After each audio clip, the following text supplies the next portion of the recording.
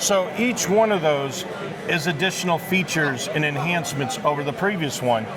So as we start talking, we're trying to find out more of what other enhancements do you want.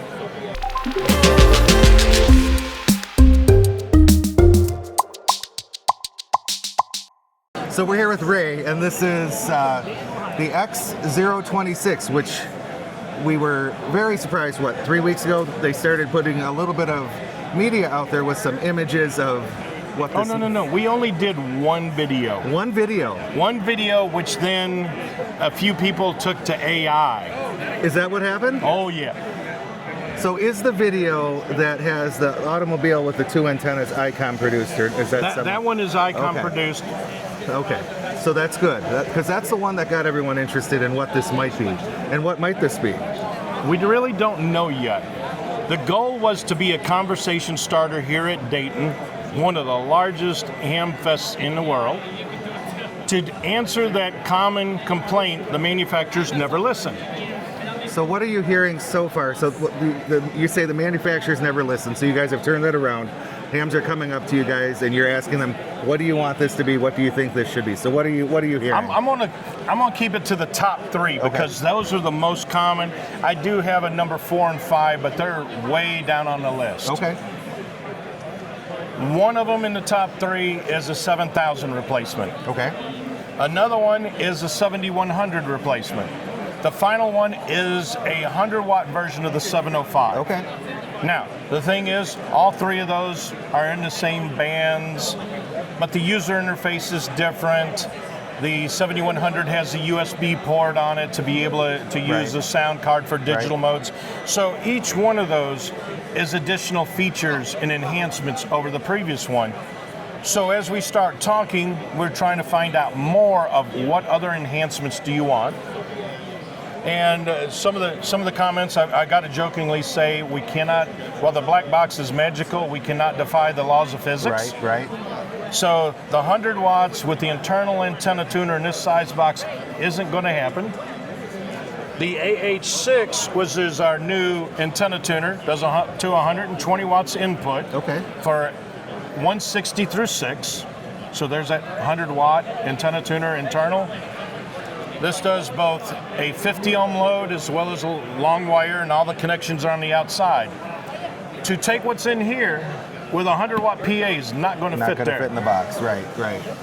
I don't care how hard we try to wedge it. Well, I asked you the question earlier and you gave me a similar answer.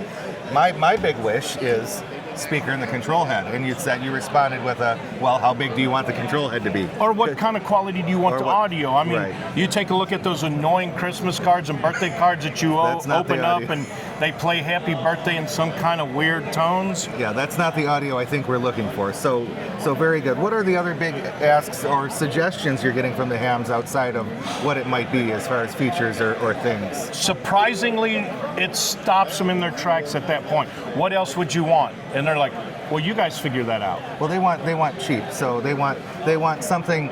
How did we talk about it earlier? They want something that's $25 for $20.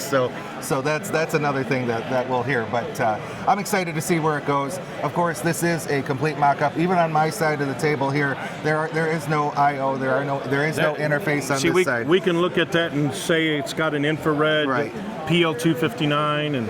Heck, it might be all wireless if this is what it's going to be. No. But no, I do lead down the path of the 5200 at that point, that we've got Bluetooth in it, we've got Wi-Fi in it. Yes. The user interface, when I show them and they say they got a 705 or 7300, I'm like, what does that menu look like? Right.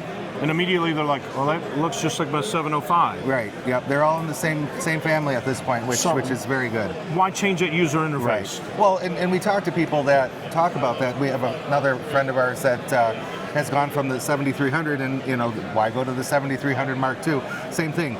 Tried and true interface. They're very happy with it. Improved radio, so why not? So very good. All right, Ray, well. Now, some of the interesting things that I have not heard. Well, everybody told us we need a separate receive antenna for the 7300. We needed video output, HDMI, all of it. I haven't heard that about this box. I think you startle them when you start hitting them with questions. I think that's why you haven't heard that. People are going to want it all, is what they're going to want. they're going to want all the things, and they're going to want the magic in that box. So can we even try to ask what a maybe timeline is on this product? Is there hopes and dreams on any of that at this point? We might have a little bit more information at Friedrichshafen at the end of June when all the U.S. hams are playing Field Day. We'll be at a Ham Fest, largest one in Europe. Yes. And then at the Tokyo Ham Fair in August. Okay. Is where we should really see a lot of information. Well, we're going to have to make the trip to Tokyo then. We'll see if it happens. I don't think it will this year. But thanks, Ray. We appreciate it. We look forward to seeing where this goes. All righty. Thank you very much. All right.